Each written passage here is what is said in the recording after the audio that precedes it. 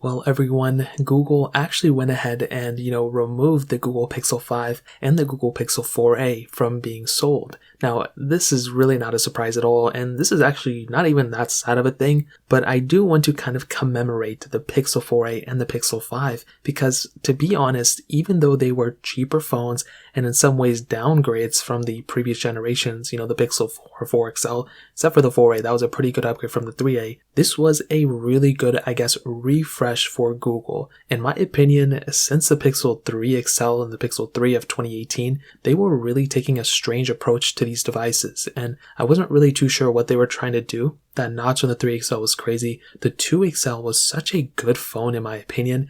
The 3 XL was such a letdown, and the 4 and 4 XL, even though it was a good upgrade, it was downsided by the fact that, lame camera improvements, and the battery life on that phone too really wasn't that great compared to the competition. But the Pixel 4a was a really good upgrade from the 3a. It was that budget tier phone, and Google just went ahead and focused more onto that budget tier device, and it just didn't seem like they were trying to make the most amount of money from that phone. They were trying to make the most amount of phone for that money, if that makes any sense. Basically, they were trying to give us the best phone for the price, and they did a really good job with the 4a. Even though the Pixel 5 was a better phone, the 4a is a much better deal. I mean, that thing had a very good display for that $350 price tag, USB-C headphone jack, and even though it was pretty much completely built out of plastic and it really didn't feel too premium, in all the reviews and comparisons I did, even though I mentioned that, I didn't think that was that big of a problem because of that price tag. You weren't paying $1,000 for it, so I'm totally okay with it. And that Pixel 5 was also, I think, a good upgrade from the Pixel 4a. But even though it didn't have the craziest chipset of that time, it didn't have the craziest amount of RAM or the craziest cameras,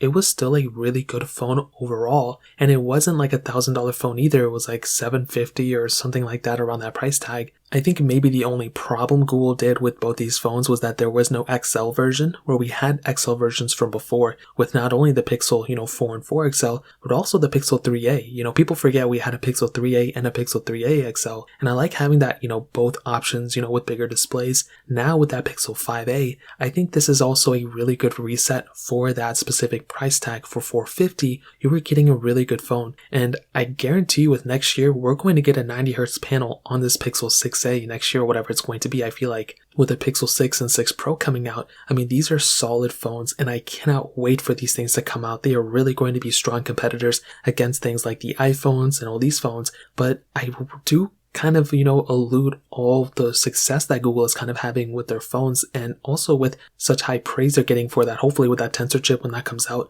but also with the leaks and the way the Pixel 6 looks. I think it looks pretty good.